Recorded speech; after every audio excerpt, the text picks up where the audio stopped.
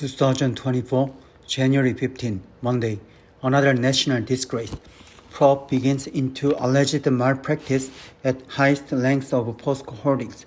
Police are investigating 12 board members and 4 executives of POSCO Holdings on charges of occupational breach of trust over allegations that they had subsidiaries partially paid for a lavish 5-night, 7-day trip to Canada in August last year. Some of them, including outside directors who are professors, are also suspected of violating the law on improper solicitation and graft. Citing a complaint filed with the prosecution last month by a Pohang-based civic group, the Joseonilbo newspaper reported that the 16 people under investigation, including POSCO Holdings chief executive and chairman Choi Jong-woo, held a board meeting in Vancouver for a day, played 2 rounds of golf, spent 100 million won on dining alone, and 170 million won to fly on a chartered plane and a chartered helicopter from Vancouver to tourist destinations in Western Canada. The complaint alleged that the entire trip cost some 680 million won, $570,000, about 350 million won of which was paid by POSCO Holdings and the rest by subsidiaries POSCO Canada 310 million won and POSCO 20 million won. Company rules stipulate that POSCO Holdings must cover the full cost of board meetings. The Seoul Central District Prosecutor's Office handed over the case to the Seoul Suseop Police Station last month. According to Joseonilbo, the group stayed in a high-end hotel that cost 1.75 million won per night, spent 25 million won for a meal at the seafood restaurant, 22 million won at the Chinese restaurant, and 27 million won on wine.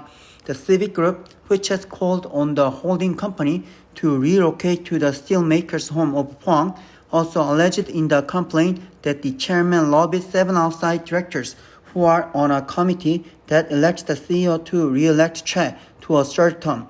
Choi, who became CEO of the holding company and chairman of POSCO Group in July 2018 and was re-elected to serve a second term in March 2021, was eliminated from the list of CEO candidates in a meeting of the committee early this month. The committee did not explain at the time whether Choi himself did not wish to be on the list.